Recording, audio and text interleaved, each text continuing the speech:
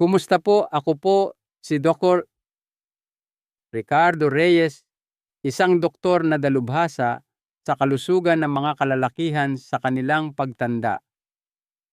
Sa loob ng mahigit 3 dekada, inilaan ko ang aking propesyon sa pagtulong sa mga kalalakihan na harapin ang mga pagsubok ng pagtanda. Tinitiyak na mapanatili nila hindi lamang ang kanilang pisikal na kalusugan, kundi pati na rin ang kanilang sigla at kumpiyansa sa lahat ng aspeto ng buhay. Ngayon, nais kong talakayin ang isang sensitibo ngunit mahalagang paksa na dulot ng isang nakababahalang kaso. Isang 73 taong gulang na lalaki ang natagpuang patay sa kanyang higaan.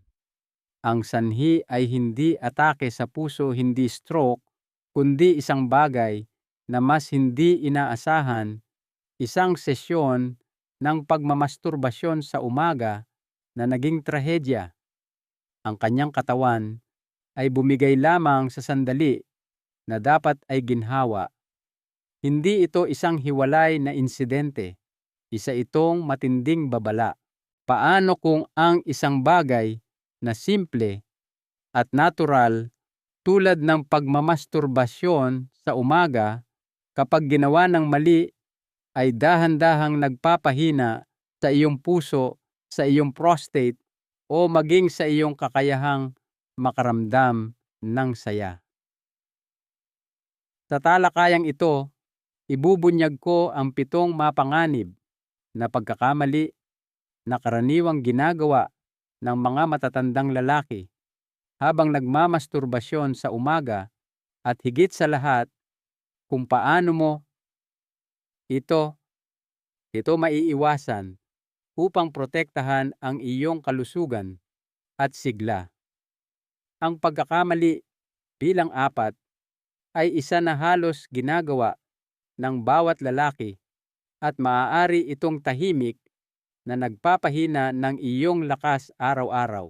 Bago tayo magsimula, kung mahalaga sa iyo ang pagprotekta sa iyong kalusugan at pananatiling malakas habang ikaw ay tumatanda, hinihikayat kitang sundan ang aking mga payo para sa higit pang kaalaman. Sa ganoong paraan, hindi mo na mapapalampas ang anumang tip na partikular na idinisenyo para sa mga lalaking tulad mo. Kung ang mensaheng ito ay tumagos sa iyo, maaaring mag-type ng 1 sa mga komento. Kung hindi mag-type ng 0, palagi akong nakikinig at layunin kong maging mas mahusay para sa iyo. Simulan natin sa pinakauna at marahil pinakamalaking pagkakamali. Ito ay isang bagay na automatikong ginagawa ng maraming matatandang lalaki nang walang pag-iisip sa sandaling imulat nila ang kanilang mga mata. Ngunit ang isang ugaling ito na ginawa sa maling oras ay maaaring magdulot ng matinding pagod sa iyong puso at nervous system. Pagkakamali, 1, agad na pagmamasturbasyon pagkagising. Isa sa pinakamapanganib na pagkakamali na ginagawa ng mga matatandang lalaki ay ang pagmamasturbasyon kaagad pagkatapos gumising. Maaaring ito ang pakiramdam na pinakanatural na gawin. Ang iyong katawan ay nakapahinga, ang antas ng testosterone ay bahagyang mataas at maaari kang magising na may ereksyon. Ngunit ang paggawa sa pagmamadali nang hindi binibigyan ng oras ang iyong katawan na umangkop ay maaaring mapanganib, lalo na sa iyong 60s o higit pa.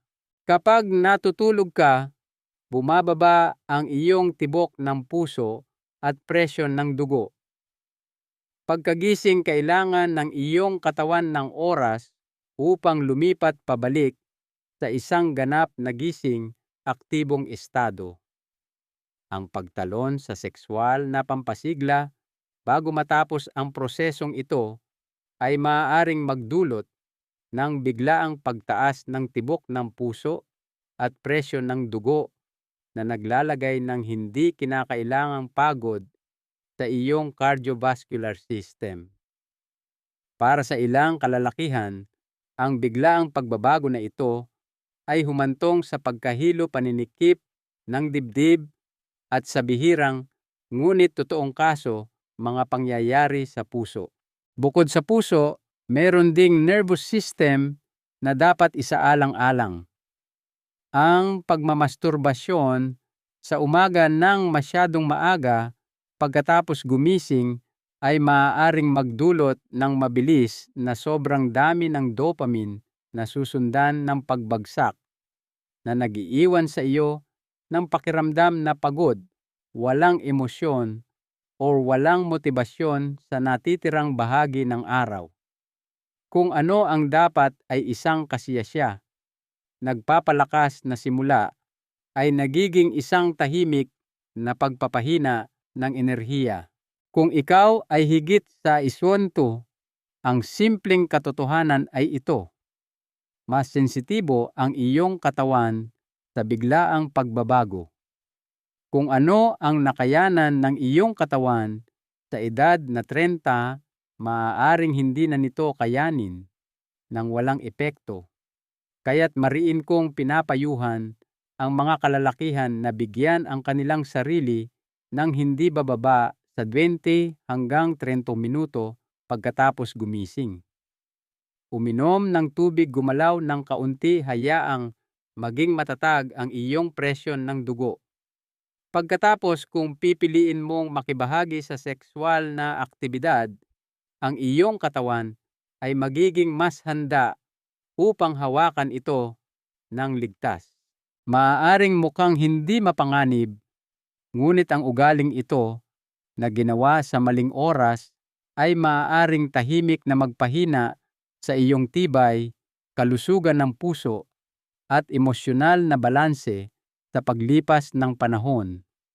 At simula pa lamang ito, dahil ang susunod na pagkakamali ay umaatake sa kakayahan ng iyong utak na makaramdam ng kasiyahan, at halos bawat lalaki ay nahuhulog dito sa loob ng mga dekada nang hindi napagtatanto ang gastos. Kung ikaw ay nanonood pa rin at nakakatulong ang mga kaalamang ito, mangyaring magkomento ng wine wound sa ibaba upang malaman kong kasama ka. Pagkakamali. 2. Paggamit ng pornografiya na nagpapalabis ng stimulasyon sa utak.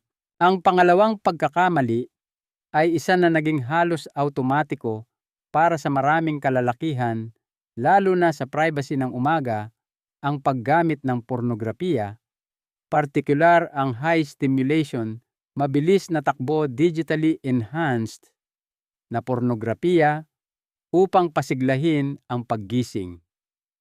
Para sa mas batang kalalakihan, maaaring banayad ang mga epekto, ngunit para sa mas matatandang kalalakihan, lalo na sa mga mahigit 60, ang ugaling ito ay maaaring tahimik na magpabago sa iyong utak at magdulot ng kalituhan sa iyong emosyonal at sexual na kalusugan.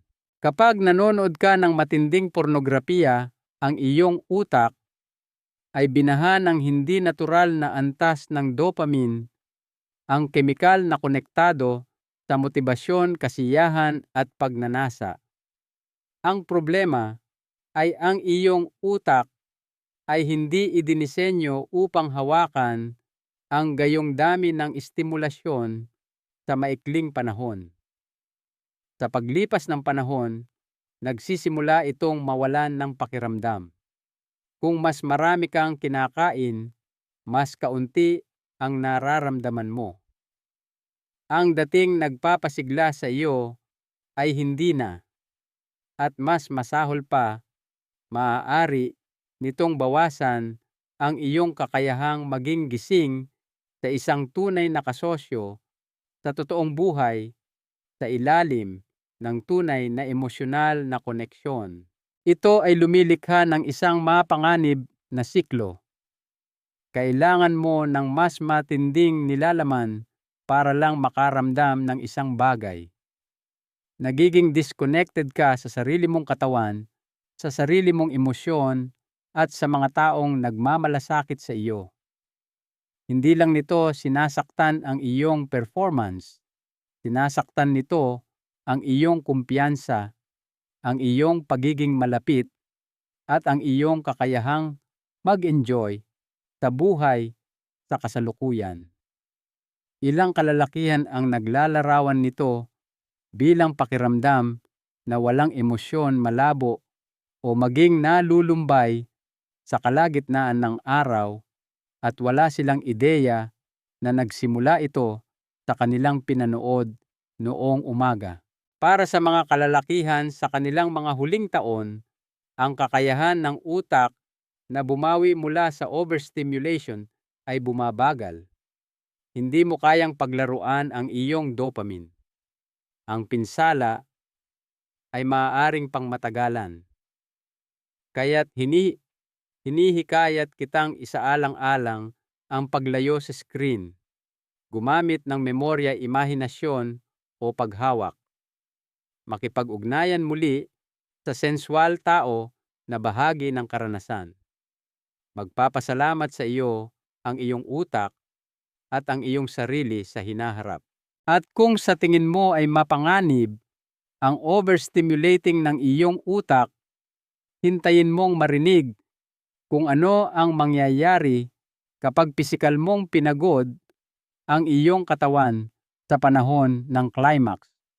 Ang susunod na pagkakamali ay nagsasangkot ng isang bagay na halos ginagawa ng bawat lalaki nang hindi na pagtatanto kung gaano ito mapanganib. Pagkakamali 3, pagmamasturbasyon. Habang hawak ang hininga o nagpupumilit, ang susunod na pagkakamali ay napakakaraniwan, ngunit iilan lamang ang nag-uusap tungkol dito. Ito ang ugali ng pagpigil ng hininga, pagdikdik ng mga kalamnan, o pisikal na pagpipilit sa panahon ng pagmamasturbasyon o climax. Para sa mga lalaking higit sa 50, hindi lamang ito masamang ugali, ito ay mapanganib. At sa ilang kaso, maaari itong maging nakamamatay. Kapag nagpupumilit ka, lalo na sa sandali ng orgasm, pinipilit mo ang iyong katawan na magkaroon ng biglaang pagtaas ng panloob na presyon. Lumalaki ang iyong dibdib, sumisikip ang iyong mga daluyan ng dugo, at pansamantalang nagkukulang ng oxygen ang iyong utak. Ito ay kilala bilang isang Valsalva maneuver, at ito ay isang bagay na ginagawa ng mga tao nang hindi namamalayan kapag nagbubuhat ng mabigat o nagpupumilit. Ngunit ang paggawa nito sa panahon ng sexual na aktibidad, lalo na sa umaga, kapag ang presyon ng dugo ay mataas na, ay maaaring magdulot ng seryosong pangyayari sa kalusugan. Nakakita ako ng mga kaso ng mini-strokes, pagkahimatay, at maging ang mga arrhythmia sa puso, lahat ay nauugnay sa isang gawaing ito. Kahit na hindi ito magdulot ng agarang medikal na emergency, ang pangmatagalang kahihinatnan ay kasing seryoso. Ang paulit-ulit na pagpipilit ay maaaring magdulot ng pinsala sa vascular humina, ang mga kalamnan ng pelvic floor, at maging ang nerve compression. Madalas akong pinupuntahan ng mga lalaking nagrereklamo ng pangingilig, pamamanhid, o nabawasan ang pagiging sensitibo, at hindi nila pinaghihinalaan na ang isang banayad na ugaling ito ang maaaring ugat ng problema. Tandaan, ang climax ay nangangahulugang pagpapalabas, hindi isang pisikal na pakikibaka. Ang iyong katawan ay hindi isang makina. Ito ay isang sistema ng maselang tugon, lalo na habang ikaw ay tumatanda. Ang pagpapahinga-paghinga at kamalayan ang iyong pinakamahalagang kaalyado sa pagpapanatili ng pangmatagalang paggana ng sekswal at pangkalahatang kalusugan. Kung ugali mong humawak, manikip o pigilin ang iyong hininga, ngayon na ang oras upang huminto, magbigay ng espasyo para sa hininga. Sumuklay sa karanasan. Hindi ka lang makakaramdam ng mas mahusay, mapoprotektahan mo rin ang iyong sarili mula sa matinding pinsala. Ngunit kahit na huminga ka ng tama, may isa pang panganib na hindi kailanman isinasaalang-alang ng karamihan sa mga lalaki. Hindi ito tungkol sa kung paano mo hinawakan ang iyong katawan, kundi sa nakakalimutan mong gawin bago at pagkatapos. At ang susunod na pagkakamali ay tahimik na maaaring maghanda sa iyo para sa masakit paulit-ulit na impeksyon nang hindi mo namamalayan. Kung nanonood ka pa rin at nakakatulong ang mga kaalamang ito, mangyaring magkomento ng 1 sa ibaba upang malaman kong narito ka. Pagkakamali, pot, hindi pag-ihi, bago o pagkatapos ng pagmamasturbasyon, isa sa pinakamalaking pagkakamali na kadalasang hindi napapansin ngunit lubhang mapanganib na ginagawa ng mga matatandang lalaki ay ang pagkabigong umihi bago o pagkatapos ng pagmamasturbasyon. Maaaring mukhang hindi ito mapanganib. Pagkatapos ng lahat, anong pagkakaiba ang maaaring gawin ng mabilis na pagpunta sa banyo?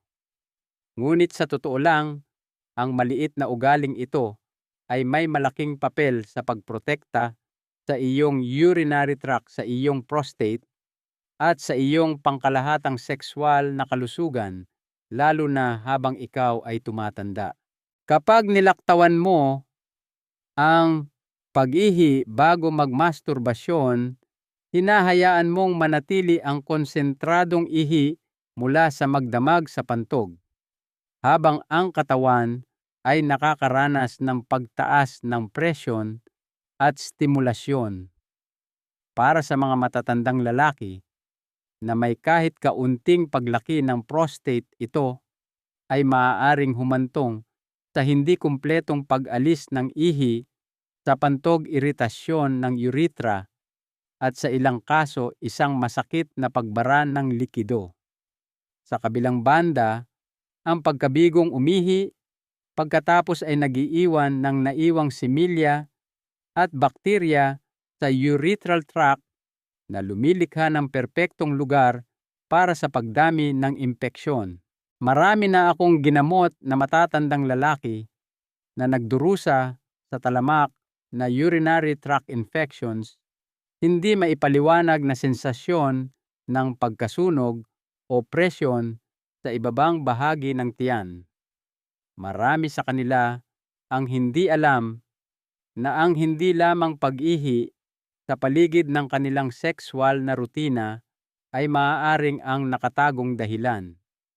Para sa mga may sensitibong prostate, ang pagkakamaling ito ay maaaring humantong pa sa prostatitis, isang masakit at paulit-ulit na pamamaga na maaaring makapinsala sa sekswal na pagganap, paggana ng pantog at kalidad ng buhay.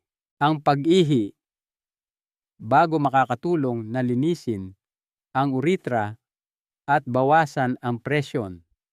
Ang pag-ihi pagkatapos ay nakakatulong na alisin ang anumang natitirang bakterya, similya at pampasira. Ito ay isa sa pinakamadaling paraan upang protektahan ang iyong katawan, ngunit napakaraming lalaki ang nilalaktawan ito dahil sa ugali o pagkaasiwa.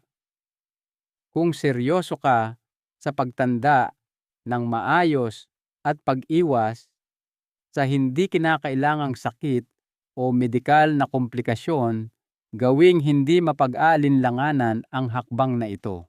Ngayon, kahit nasundin mo ang bawat hakbang na naibahagi ko hanggang ngayon, mayroon pa ring isang karaniwang gawi na nagdudulot ng pisikal na pinsala mula sa labas. Hindi ito tungkol sa timing o panloob na presyon o maging sa kalinisan. Ito ay tungkol sa kung paano mo talaga hinawakan ang iyong katawan. At ang ibabahagi ko sa susunod ay maaaring ikagulat mo dahil ito ay isang bagay na iniisip ng karamihan sa mga lalaki na ginagawa nila ng tama. Pagkakamali, Mima, sobrang lakas ng pagpindot o agresibong teknik sa kamay.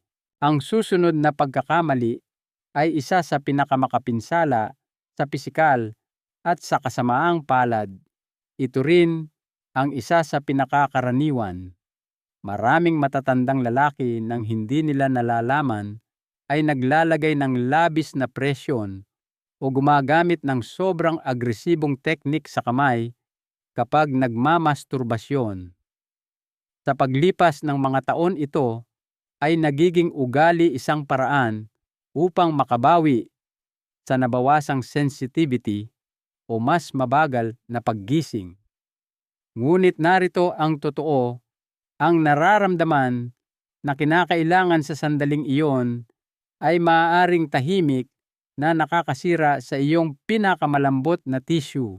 Habang tumatanda ang mga lalaki, ang balat ng ari ay nagiging mas manipis, ang mga daluyan ng dugo ay mas marupok at ang mga ugat ay mas mahina. Ang paggamit ng malakas na puwersa, magaspang na paghaplos o mahigpit na pagkakahawak ay maaaring magdulot ng micro-tears pasa at maging nerve compression. Sa paglipas ng panahon ito ay humahantong sa desensitization kung saan nangangailangan ng mas maraming stimulasyon upang maramdaman ang parehong kasiyahan. Ilang lalaki ay nagkakaroon pa ng mga kondisyon tulad ng Peyronie's disease kung saan bumubuo ang peklat sa loob ng ari na humahantong sa masakit na pagkakurba at hirap sa ereksyon. Mayroon akong mga pasyente na dumating na may pamamanhid, pagkawala ng pakiramdam o hirap sa pagkamit ng climax, at sa maraming kaso, ang sanhi ay hindi panloob. Ito ay ang paulit-ulit na trauma mula sa mga taon ng magaspang na mekanikal na paggalaw. Ang katawan ay tumutugon sa pinsala sa pamamaga, at ang pamamaga na iyon sa paglipas ng panahon ay maaaring makapinsala sa mismong mga istruktura na responsable para sa kasiyahan. Ang mas nakababahala pa ay hindi agad nararamdaman ng karamihan sa mga lalaki ang pinsala. Ito ay tahimik na nag-iipon. Ang nagsisimula bilang isang bahagyang pagkawala ng sensitivity ay nagiging isang permanenteng pagbabago sa paggana. At kapag nasira ang mga ugat, mabagal ang paggaling at hindi palaging kumpleto. Kaya't napakahalaga na maging maingat sa kung paano mo tinatrato ang iyong katawan sa mga sandali ng kasiyahan. Ang mas malumanay na diskarte na may tamang pampadulas at relax na teknik ay maaaring magprotekta sa pakiramdam at mapanatili ang iyong sexual na paggana hanggang sa huling bahagi ng buhay. Ngunit kahit na hawakan mo ng malumanay at huminga ng tama, mayroon pa ring bitag na kinahuhulugan ng maraming lalaki. Isa na hindi lang nakakaapekto sa katawan kundi sa isip at emosyon. Dahil kapag nagmasturbasyon ka mula sa maling emosyonal na estado, maaari itong lumikha ng isang siklo ng kawalan, pagkakasala at maging depresyon. At iyon mismo ang ating tatalakayin sa susunod. Pagkakamali sa pagmamasturbasyon. Kapag ikaw ay may emosyonal na mababa o balisa, ang pagkakamaling ito ay isa sa pinakatahimik na nakasisira dahil hindi lamang nito naaapektuhan ang iyong katawan. Ito ay nakakaapekto sa iyong emosyonal na kagalingan at mental na katatagan.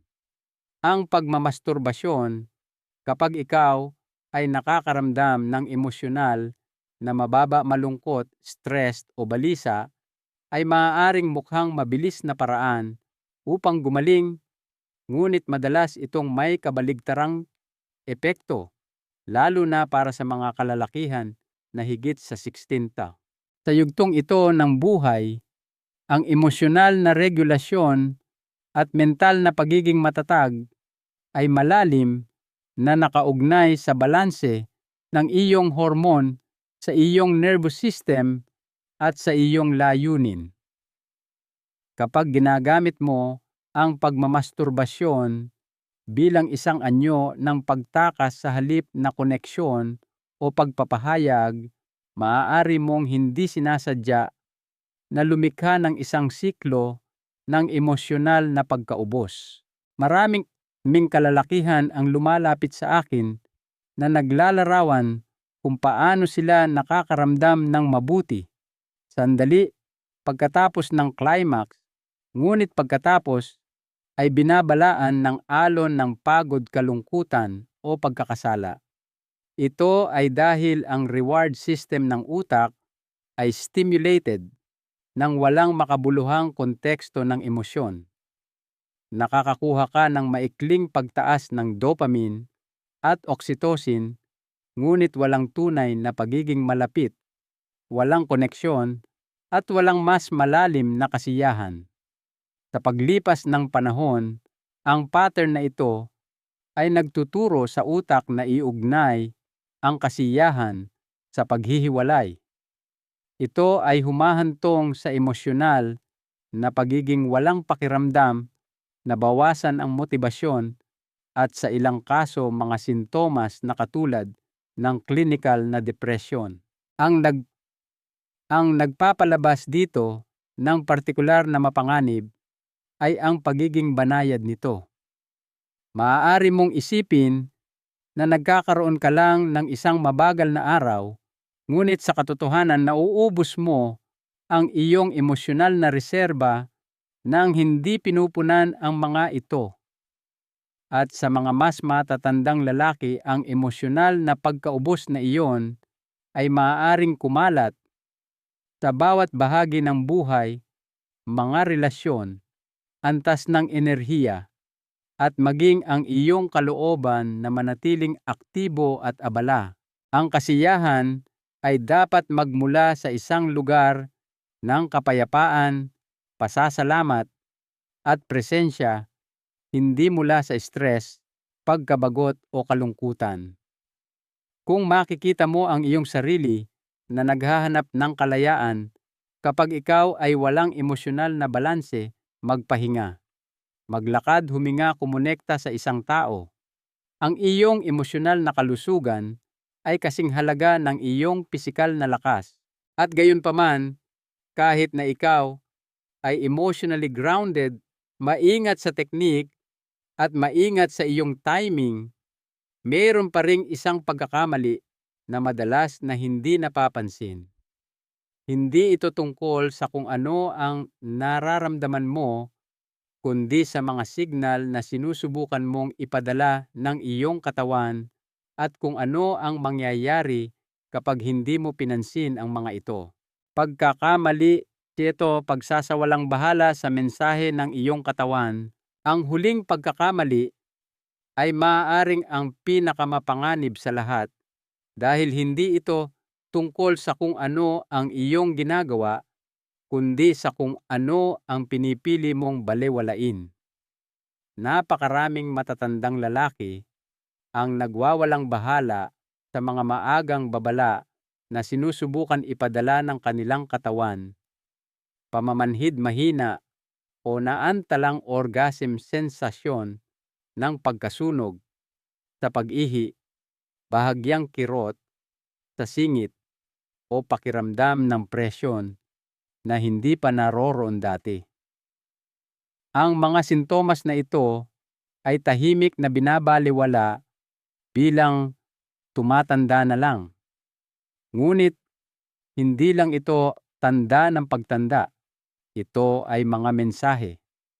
At ang pagbalewala sa mga ito ay maaaring humantong sa seryoso, minsan ay hindi na mababawing kahihinatnan.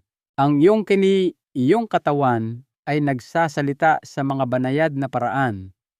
Nagbibigay ito sa iyo ng mga pahiwatig kapag mayroong hindi gumagana ng tama, kapag ang mga ugat ay namamaga, kapag ang daloy ng dugo ay pinaghihigpitan, kapag ang prostate ay naiirita o ang pantog ay hindi ganap na nababawasan.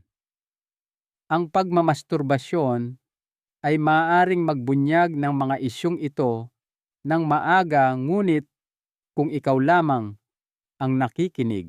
Ang trahedya ay maraming kalalakihan ang naghihintay hanggang sa ang mga senyales ay maging sakit, disfunksyon o sakit bago humingi ng tulong. Sa panahong iyon, ang pinsala ay madalas na mas mahirap baligtarin. Nakita ko ang mga kalalakihan na nawalan ng pakiramdam ng permanente, na haharap sa patuloy na problema sa ihi o nagdurusa sa talamak na sakit sa pelvic dahil hindi sila kumilos nang lumabas ang mga unang senyales. At ang lahat ng kailangan ay isang simpleng check-up, isang pag-uusap, isang scan, isang test. Ang kamalayan ay pag-iwas at ang katahimikan ay maaaring maging isang sentensya.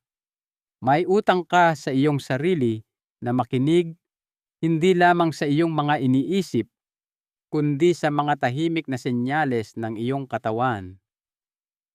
Kung mayroong hindi maganda ang pakiramdam, huwag maghintay. Nakagawa ka na hanggang ngayon sa buhay sa pamamagitan ng pakikinig sa iyong mga instincts.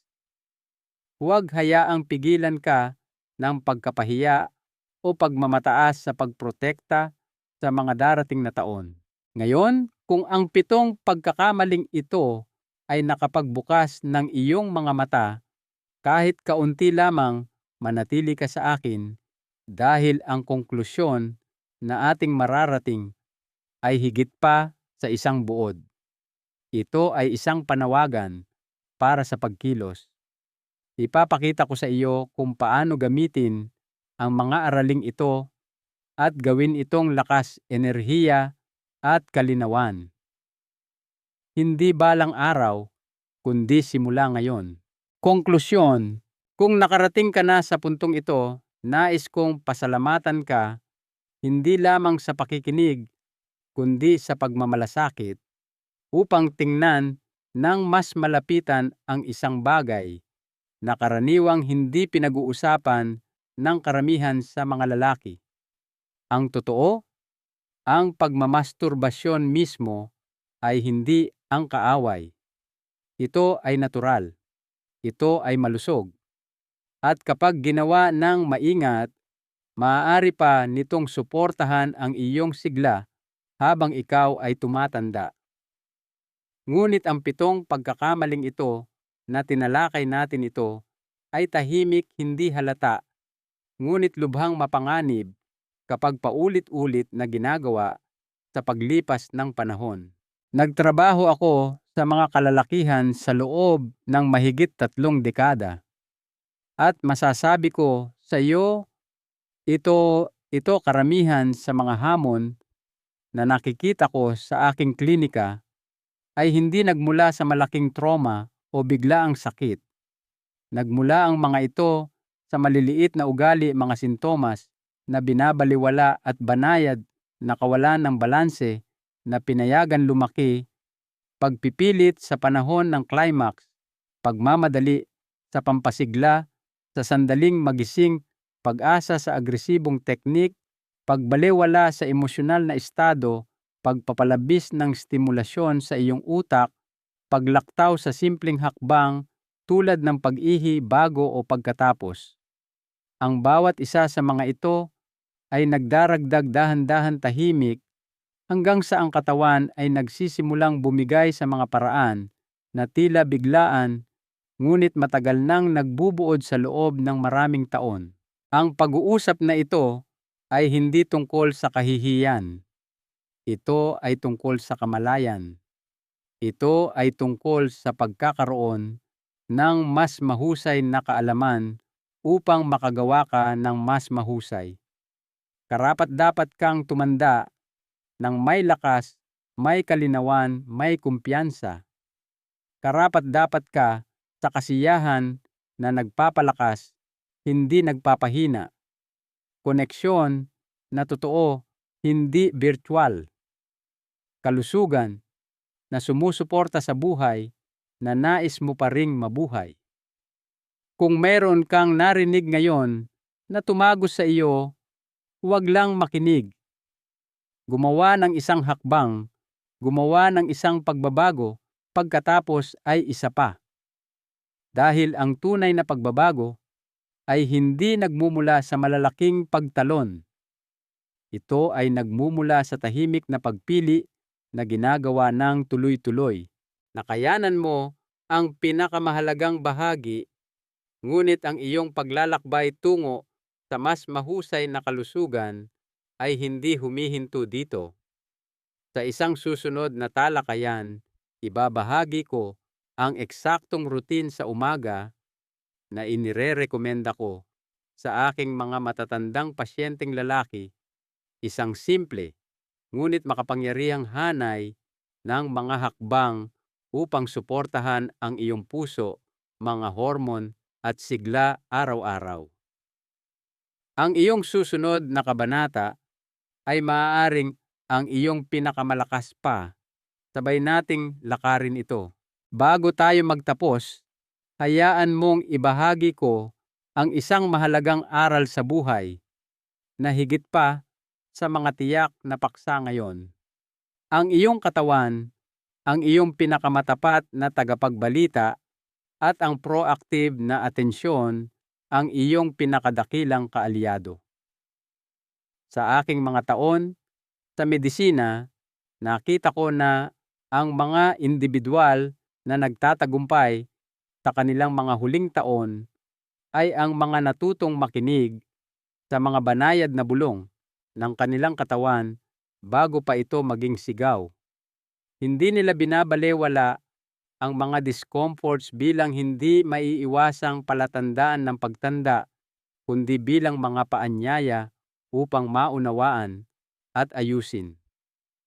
Ang maingat na pakikipag-ugnayan na ito sa iyong sariling kalusugan, paggawa ng mga malay na pagpipilian, araw-araw, ang pundasyon ng pangmatagalang sigla. Patuloy ang iyong paglalakbay sa kalusugan at hindi ka nag-iisa dito. Kung ang impormasyong ito ay tumagos sa iyo o nagdulot ng isang pag-iisip, mangyaring ibahagi ang iyong mga pananaw sa mga komento sa ibaba. Ano ang isang takeaway na iyong isasaalang-alang na ipatupad? Huwag kalimutan mag-subscribe para sa higit pang mga kaalaman na iniayon sa iyong kagalingan at mangyaring ibahagi ang impormasyong ito sa mga kaibigan o miyembro ng pamilya na maaaring makinabang mula sa kaalamang ito. Ang iyong suporta ay nakakatulong sa amin na maabot at bigyan ng kapangyarihan ang mas maraming kalalakihang tulad mo.